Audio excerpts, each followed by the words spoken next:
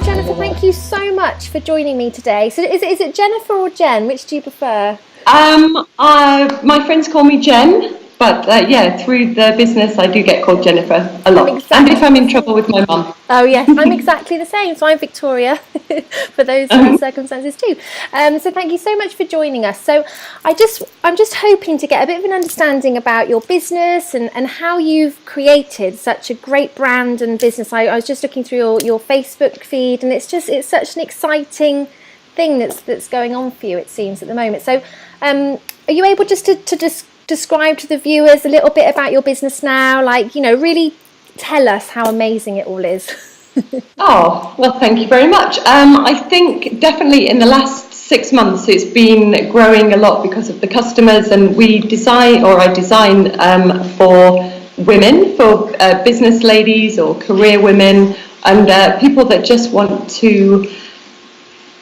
So they want a bag that'll give them confidence and help them go through their busy days, keep them organised. And actually, those ladies are really coming forward now, and they're building the brand in this amazing sort of way that's really supportive of each other. And that blows my mind that it's growing so well, and that they're loving the designs, and there's more designs in the pipeline, and it's just fantastic.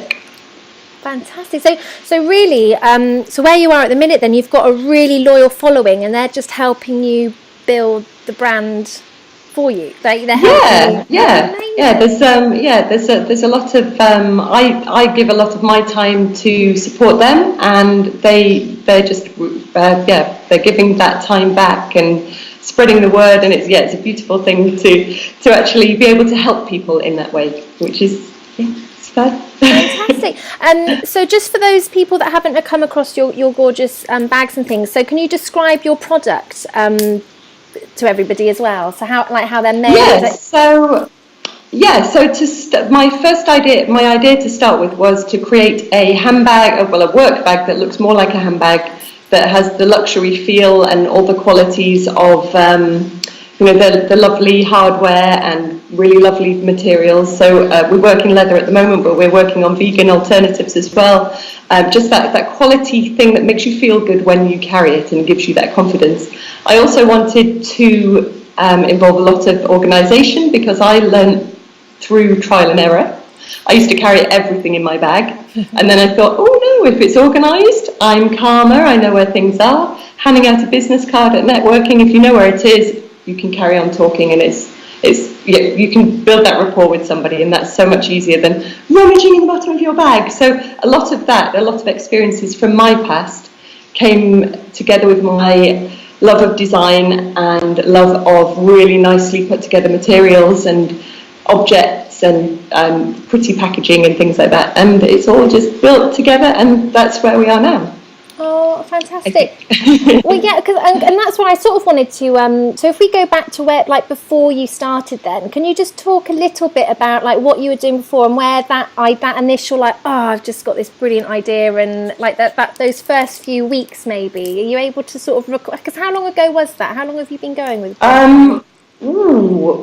I've been going about 2 years, but I sort of count it to about 18 months ago, when I was in New York and nominated for an award, for 2 awards, which I won, which was amazing. So that was kind of the launch at the beginning.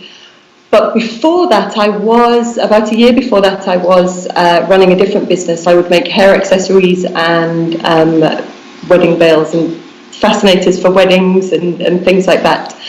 And I was learning that I couldn't just make things and not market anything. So I was learning about marketing, that kind of thing.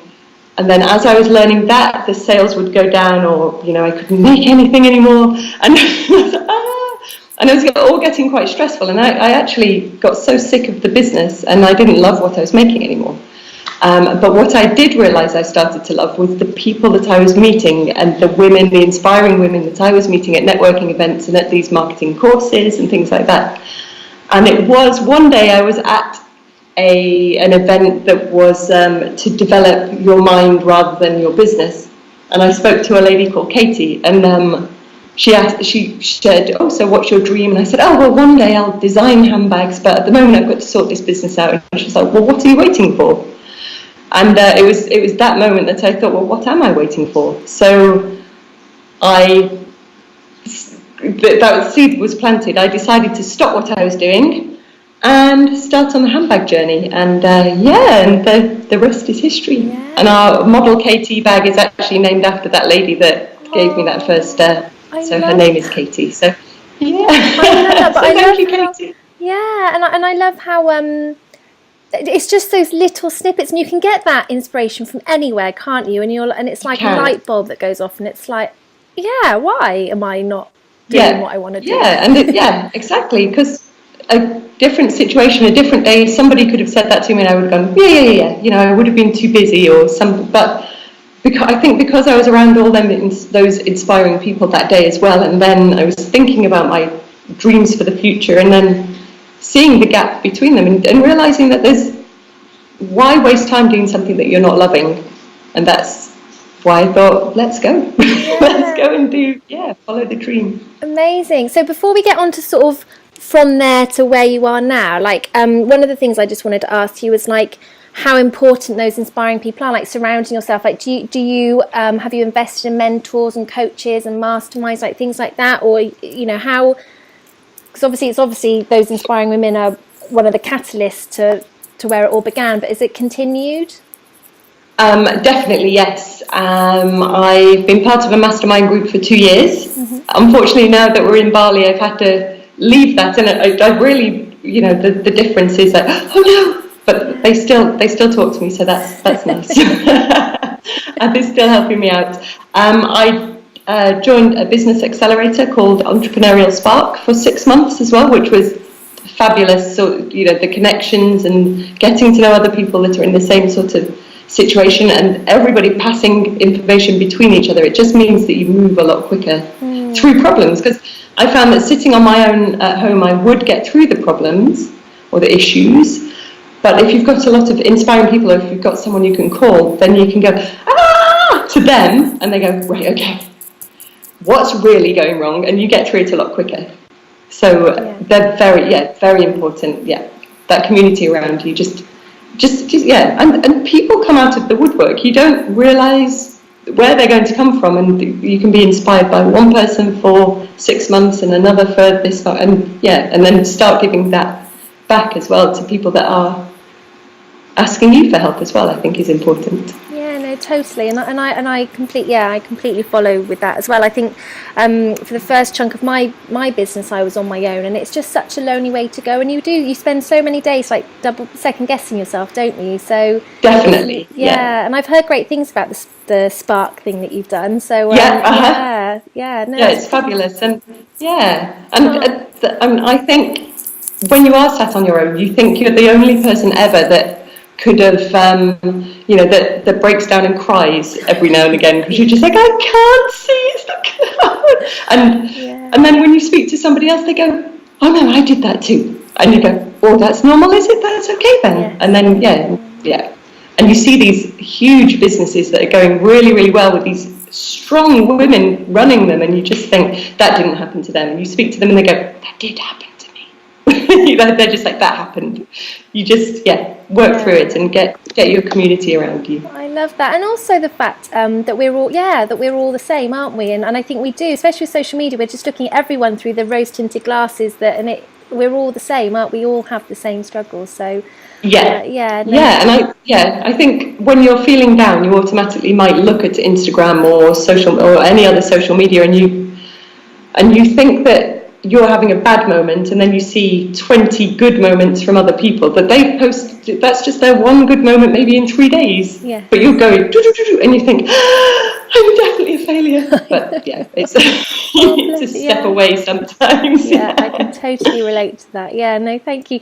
Okay, so you had the idea and you decided, why am I not doing my bag? So what was the next? How did you start to make that a reality then? Can you remember those first sort of few steps? Ooh, where did I begin? I put some designs together. I did I went back to, because I've got a degree in three-dimensional design, and I did a course in handbag design at London College of Fashion around that time, which was just a short course, but it really, got me back the juices flowing and stuff. And because I was so excited about it, I was talking to a lot of people about it, and strangely enough, people from the handbag industry were like, oh, I know somebody that works in this, or they did sales for, this big shop there, and there were little people just coming giving little bits of advice. I was very lucky to find one of my mentors through a family friend who's worked in the handbag industry for 50 years, so she's helped with a lot of contacts with manufacturing and stuff like that. But really, just Google was my best friend. It was just like, well, somebody can do it, and so it must be possible. And that was a big mantra at the time, and still is. If it's possible in the world, it's possible for me. So I was just like, right, if it's possible, it's possible. They're doing it. So it must be possible. It can't be impossible. Yeah. So I just kept going with that, not giving up. So how important is that sheer determination then, do you think, to sort of succeeding? Because I think we all hit the walls. And I love that phrase, that mantra. So how important do you think that is? Yeah. The sheer determination is very important. Having a vision of really what you do want. I don't know if it has to be completely clear in the beginning. You just have to be a little bit stubborn, as well as just like when people say no, you can't do it, just be like, well, this is what I want to do, and I'm going to do it anyway. I think the determination and fight, but there will be those times when you get so knocked down that it's okay to have a moment and just be like, oh, what's happening? And go into your fetal position or whatever. It sounds terrible. At the beginning was like tears and fetal positions, but and then as long as you go, right, okay, I'm still alive, I can still carry on, and you brush yourself off, get going again, and just determination. And just, you can slow down, just don't stop, I think is the thing. I love that. And have there been times where you've got quite close to wanting to give up? No long sort of times. There's been times when I thought there is no way out of this. There's no way out of this situation, and then I think, like when we got our first order of bags ordered, they sent me the bill, and it was thousands and thousands of pounds, and I just thought, well, I don't have any money in the bank, I don't have any investor, I don't have this, and it was a fetal position moment again, and I was like, no, I can't do it. I just can't do it. And then I thought, right, obviously, if it's possible in the world, people do this. People must do it. So I asked around, and people were like, oh, well, I can lend you a bit of money. The bank said, we can lend you a bit of money. So together, bit by bit, I got the money together, worked out a way to pay it back. And, so it just takes a little bit of thinking. Yeah. And so, there were times, it's like, and then you go, think about it, and, let the ideas come. I just love that so much, because I think with that phrase that you've just said, like it's possible in the world, it's possible for me, then, and that's it, I think, and if you use Google and you just keep searching until you find the answer, you can't fail, can you? Because if someone else has done it, you can do it, and you just keep going. And there's there might be gatekeepers that are just saying, no, this is our own information, but there's ways, if you come up against a wall, either sweet talk someone or find a way around, I think is the way, and just believe that you can do it. Yeah, it's the belief, isn't it? Definitely. And the ladies that I work with, I think that's the biggest thing, it's the self-belief. It's just critical, definitely. So how do you make the bags yourself, or you do the design then and you get them manufactured? That's right, they're manufactured. At the moment, our manufacturer is in India, and it's a contact that my family friend that I mentioned earlier has been in touch with for years. They work with some really big brands, and it was really important to me to have everything ethically checked, have everybody treated really well, have the work that we're sending them actually improving the lives of people there. So we're really happy with the manufacturers that we've got, and we know that all the tests have been done. And the thing is, I think when you work with a place that does work with big brands, you know that they've done checks as well with them. So it's And also I get to talk to people in all different countries in the world all the time, and it's just really exciting. Yeah, it's an amazing world we live in, isn't it? Yeah. The magical internet. I love it. Yeah, no, definitely. So, what's been your highlight? Do you think over the last couple of? What's been that moment you just thought, or maybe what was the moment where you thought this is really this is really happening for me? Do you think that? So, I think, like I said before, I put some designs together, and I was talking to manufacturers and things like that, and then. So everything was moving slowly along, but I hadn't had anything made yet. And so 18 months ago was the Independent Handbag Designer Awards in New York City. And they happened to have a work bag category that was a sketch category. So you didn't actually have to have anything physical made for it. And when I saw that, I was like, the universe has sent me a magical thing. I was like, this is for me, this is mine. And straight away I could see myself winning this award, and I was like, I don't have a brand yet, but maybe if I do this, and this, and then there was a lot of visualization and a lot of determination again, and whatever they asked me to do, make a video of my submission and all these things, I just did with absolute gusto. And then I was a finalist, and then it came to a lot of voting, and I was like a demon going around all my friends, please vote, please vote, please vote. And so that award was a voted one by friends, and then there was one that was voted by the sponsor as well, which was Moo Business Cards, and they chose my bag as the winner as well. So actually that was a huge boost to win 2 awards when you've not got anything made yet.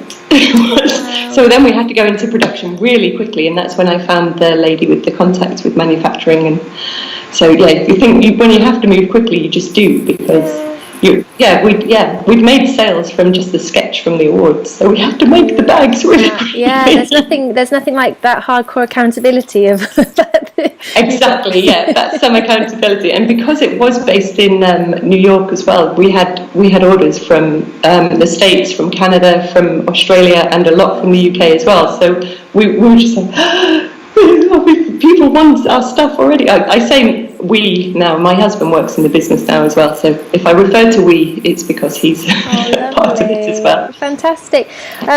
So do you remember that sort of first order that you got through? Do you remember that first one? I do. I was sitting in our courtyard garden back in Bristol. I was sat outside, and we'd just put the order in for 5 different colours of the Model KT bag. And so the awards had just happened, and no orders had come through yet. And I remember it coming through and just going, oh, it's real now. We really do have to do this now. That the order has to go through, and it was a minimum order anyway, so we had to order this certain number of bags. So if we sold one, or if we sold all of them, we still had to order them. And I phoned my husband. I was like, it's happening. But I remember that first feeling as well. It was crazy. And just unexpected, and I don't know why it would be so unexpected when you won the 2 awards. You worked so hard, for it for ages and ages. But I think, part of me was always like, well, maybe it's all just, I don't know. It just didn't quite believe it. But that was the catalyst. And then a few orders just started coming in, and it was just went from there. Then we had to get them. We had to get them delivered then, and there was a big delay with the delivery as well, which. So how did you keep your nerve there then? Because was that quite a stressful time? It was, yes. I can imagine. Put it in other words, but it was terribly stressful. Because you're relying on other people, I guess, aren't you? Yeah, and in my last business, I was the one making everything. I didn't have to rely on anybody else at all. So if something came in and it was late, it was my fault. But because I was working across borders as well, and time differences and currency exchanges, and having them delivered to here and then out to other people as well. And in the end, we were, I think. Oh, hang on, my battery's going. Get the wire back on. Oh, it's okay now. We're okay, we're safe. But in the end, they were about 4 months late, but that was a really big lesson in 4 months when somebody's bought something, they just want it there and then, don't they? And that was a big lesson in customer service and retaining customers and keeping customers happy, explaining exactly what was going on and that kind of thing. So yeah, it was big. It was big, it was stressful, and we got through it. And actually the customers from them have rebought our new design, and so sometimes bad things that happen means that you can build a better relationship. So it's also good. Yeah, no, definitely. I can totally agree with that. What I like about what you've shared so far is that you decide that you need to do something, or something comes up, and you just work it out along the way. So, do you think that that's the best way to go, or do you think there's any way that you could have this formulated plan? Because a lot of ladies I see, they're trying to suss it all out before they begin. So what I'm trying to get at is, do you think it's possible to know all the answers before you begin, or do you just think you have to jump in with both feet and you just work it out as you go? For me, definitely the jumping in with both feet, and I would definitely say that things have escalated and got really exciting because I've done that. So I thought that I'm going after one thing, and then I've gone out and leapt, and 10 times better things have happened. So in that way, I would say don't keep preparing. And I think actually, if you try and over prepare, it can become procrastination in itself. It's like you want everything to be perfect. And I think before the awards, I was a little bit like that with some of my designs. I'd be like, well, the designing bit, and how do I know it's going to be good once it's in leather anyway? Yes, I'd made the cardboard examples first in the models, and then I'd made them out of fabric, and I'd carried them, but I didn't know what they would be like in leather. And I've had bags sampled since, and once they're into the leather, they look awful, and I've just been laughing at how bad they look because they look so good drawing and in the models. But so you really do, you just have to leap with a lot of things. I know with some things, it's good to know some, like your strategy or your business model a little bit before you go, but then I didn't really know that either. I just kind of learned as I've needed to as I go along. So yeah, I think a lot of leaping is good. I like leaping, definitely. I'm Yes. that way programmed too. A leaper, yeah. Makes it more exciting, doesn't it? Yeah, definitely. And some people, you'll have friends that are just like, are you crazy? Are you crazy? Are you sure that's good? And you're like, well, what's the worst that could happen? I say that a lot. Yes. Definitely. And you don't know, do you? You don't, until you jump. You can do all the best calculations, but until you're in it, you have no idea, do you? So it's better just to find out as you. Yeah, definitely. I mean, accounting and cash flow forecasts and stuff like that, the boring side, you do sort of have to do it. Yes. But you always, it's like writing a business plan. You write it and then you never look at it again. Don't tell anyone. But you need to. I don't know what you're talking about. Don't tell the bank, people. You need something that kind of evolves as you move. It's as soon as they say, don't they? As soon as the ink's dried, it's out of date because you've had new ideas and you've met new people and new things have happened. So yeah. Well, touching on that, because obviously you're a creative, and I work with creative people, and one of the things we struggle with is sort of lack of focus, and the fact that it is like, it's a new idea, and the way our brains work, we're always like turning things into things, and so is there a way that you manage that creativity in your brain? So obviously I've seen it called multi-potentialite or multi-passionate, because we've got lots of. So do you resonate with that, where you've got lots of ideas, and if you do, like how do you stay? Definitely, yeah. How do you overcome that? Still a struggle. I'd definitely say still a struggle, because new ideas, and it's so exciting, shiny, let's do this. But yeah, I mean, some focus exercises, like I started using a bullet journal, like just a to-do list sort of journal that is, and I follow that quite religiously. And getting into habits like writing everything down the night before that I have to do the next day, and if it's not on the list, then it says on my computer, actually, I've got a sticker above the screen that says, was this on my list today? And so that's always there to remind me. Like, I still veer off every single day, but it's still there. But yeah, creative projects, I think once I realised the big vision for the brand, and it had more than just the designs. It had the people, and it had all that growing. Then each little part of it is actually a creative endeavour in itself. And because I don't know how to do things, it's like, oh, that is new. I'll learn how to do that, and that is new. So within this big thing, the brand, the business, there's little creative ways to do things as well. And even with packaging, stuff like that, I can exercise a bit of creativity without going, oh, maybe I'll become a dolphin trainer or something. Because we could all go and do that instead. The one, I don't know where it comes from, but I'm always like, dog grooming's mine instead of dolphin trainer. But I like dolphin trainer better. But I'm like, yeah, let's do dog grooming. I'm obviously never going to be a dog groomer, but it's the randomness of it. Yeah, that was actually when I was at school, a bit off topic, but there was a box of cards of job suggestions, and we always used to pull out the dog groomer and just laugh and be like, who is the dog groomer? And there are some amazing dog groomers in the world, and now I take it back because there are. But yeah, same sort of. Funny, yeah. It makes me think of that when. But I think it's the fact. I think we're quite similar. Like the possibilities are endless. You can literally do anything that you possibly want to, and that's quite daunting, isn't it? And I think you're. Yeah. So I like the fact that I guess what you're saying is because you've created something more than your designs and you, like that keeps you on track because you've got other people relying on that, and also you can create within it. Yes, yeah, exactly, nail on the head. Yeah, and there's in the same way that you've got customers that for accountability, you've got mentors for accountability, and they do steer you back on track. And it's like, whoa, come back.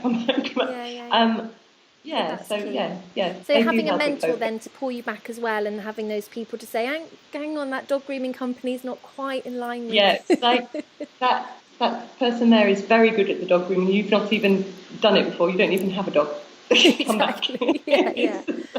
Yeah. So and I think in the same way, again going back to the community of women and men around you that give you the confidence, to carry on when you lose your confidence is really important. So they also keep you on track. So.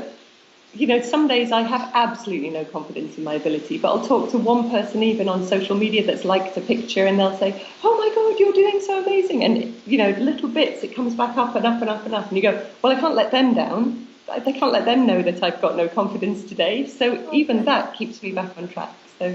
Yeah, no, I love that thing. And it's good to know, because obviously your brand is quite neat, and it's, you do your bags and it's all very neat. So do you have itchy feet to sort of, I could do a leather jacket range, or I could do, are you quite you do? That's all right. That's reassuring. Yeah, all the time. Yeah. It's like, and actually, because my style as well is quite quirky, and so it fits in with the neat thing, but it's like, and so I think in the future there will be a lot more of the personality side in some designs coming out in colour. Well, the colours are already there, but so it'll start coming in, I think. Yeah, no, I like that. So what would your average week look like? What do you spend just to give people a bit of an insight into what it's like to run a creative business? What does your there is an average week? Not normally an average week. I got into a really good habit that emails should be answered at the end of the day. That's a very good one, because if you start answering them at the beginning of the day, you spend your whole day doing them and you never get anything done. But at the end of the day, you just want to get them done. So you work through them quickly, you're still polite, that kind of thing. So that's like, what's your week look like? I answer emails at the end of the day. Yeah. But because there's so many facets of the business, 1 week can be marketing, one will be PR, outreach, that kind of thing to bloggers, and then there's customer kind of outreach and getting our tribe of women involved and getting giving them confidence back, and then obviously there's some designing goes in as well. But I'd say that a lot of the day at the moment is kind of brand building and marketing. So that kind of thing. And emailing, but not the answering emails, but yeah, building email campaigns to let people know what's going on. Do you mind sharing? Obviously, say, and we'll move on. But do you mind sharing like your top marketing tip that for people that like what works well for you? Ooh. Email list is the most valuable thing because you can.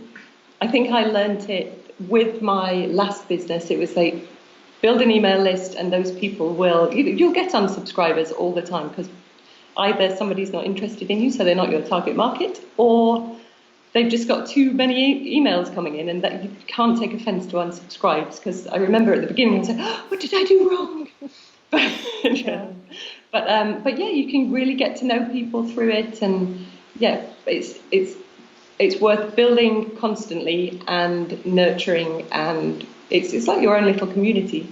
And I would never let anybody else take hold of that email list to market to, because I don't want those people to be bombarded with rubbish that I know they're not interested in. So yeah, it's a precious thing. So yeah, email marketing. I like that. Yeah, no, brilliant. Thank you. And then if you had to start again, so if suddenly you had to start again, what would be like the first 3 things you would do you think? I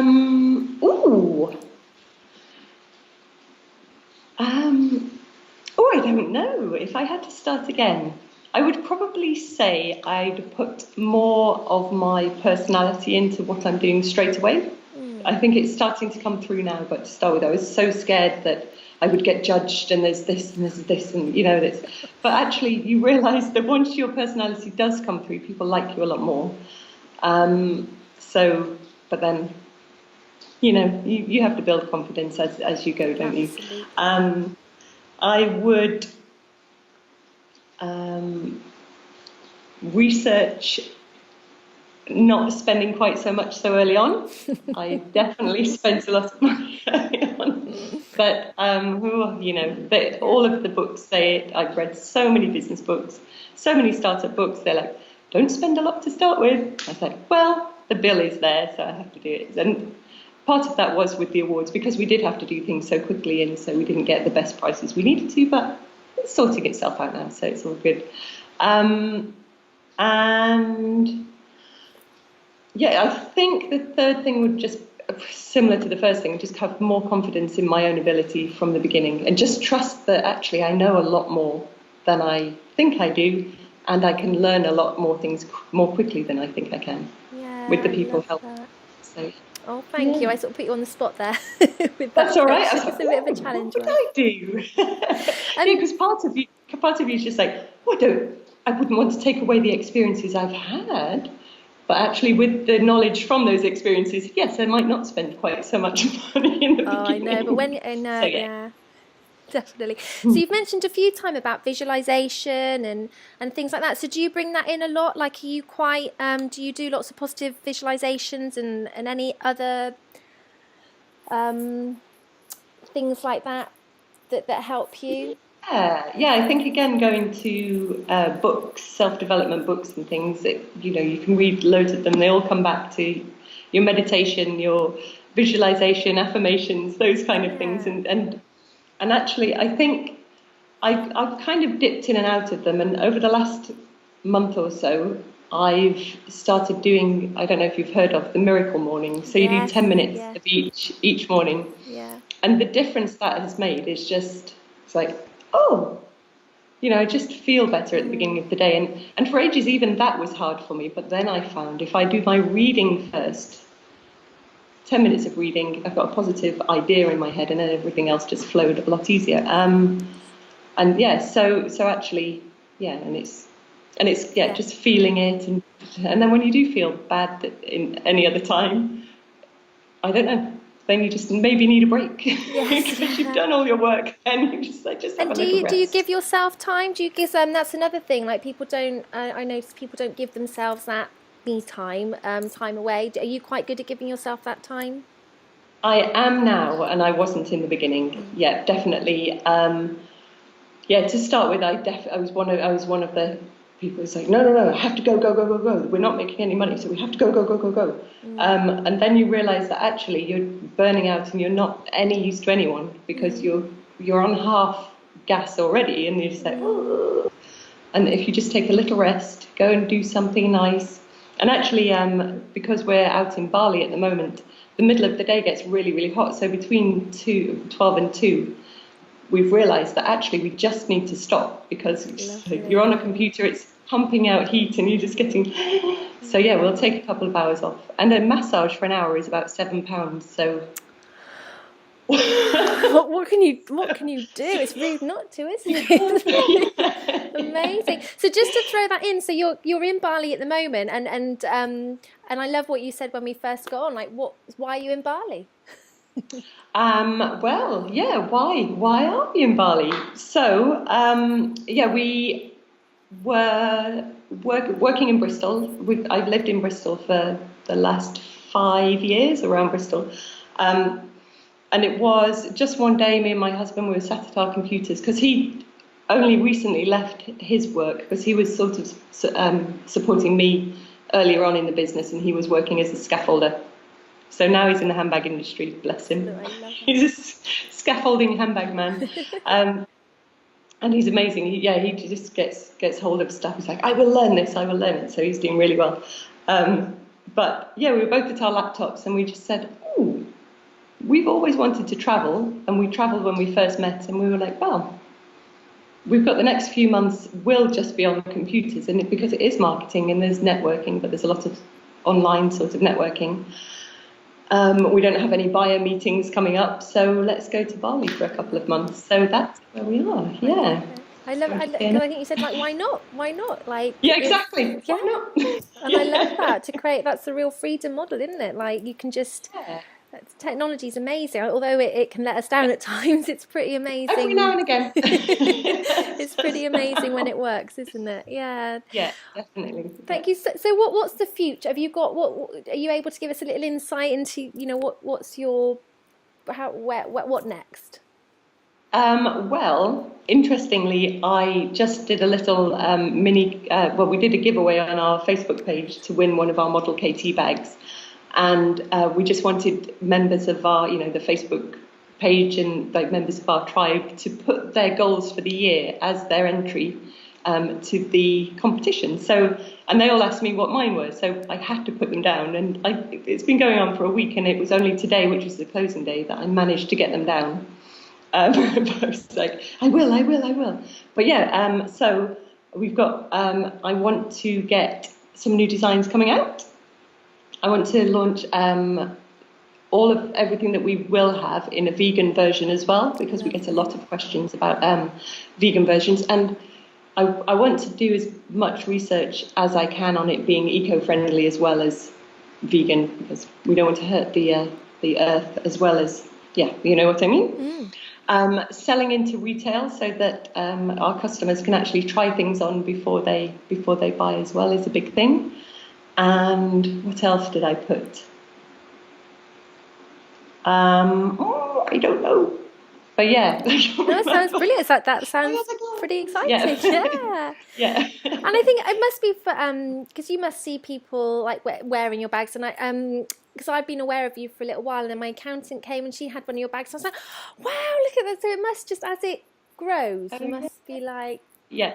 Oh, it's amazing to, when you see one, you're like, and my husband's like, go, speak to them, please. And I'll be all shy. Oh no. But yeah, that's like, that's what I was going to. That's one of the big goals for the year. I will go back very quickly.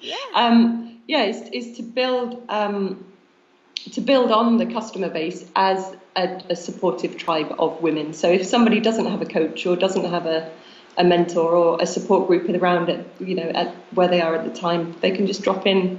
It'll probably be a Facebook group to start with, something like that. But yeah, just somewhere where you can hang out and chat. So that was a big goal for the year as well. So. Oh, lovely! Sounds perfect. Or talk about handbags if you want as well.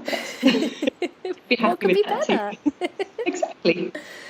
Oh, thank you so much, Jennifer, for your time. It's been just an absolute pleasure and I just love It's been how lovely to chat. real you are and how lovely you are, and everything you're creating. So Oh, thank you for giving us a little insight into that and sharing that with us. I really, really appreciate it. thank you very much. You're So very welcome.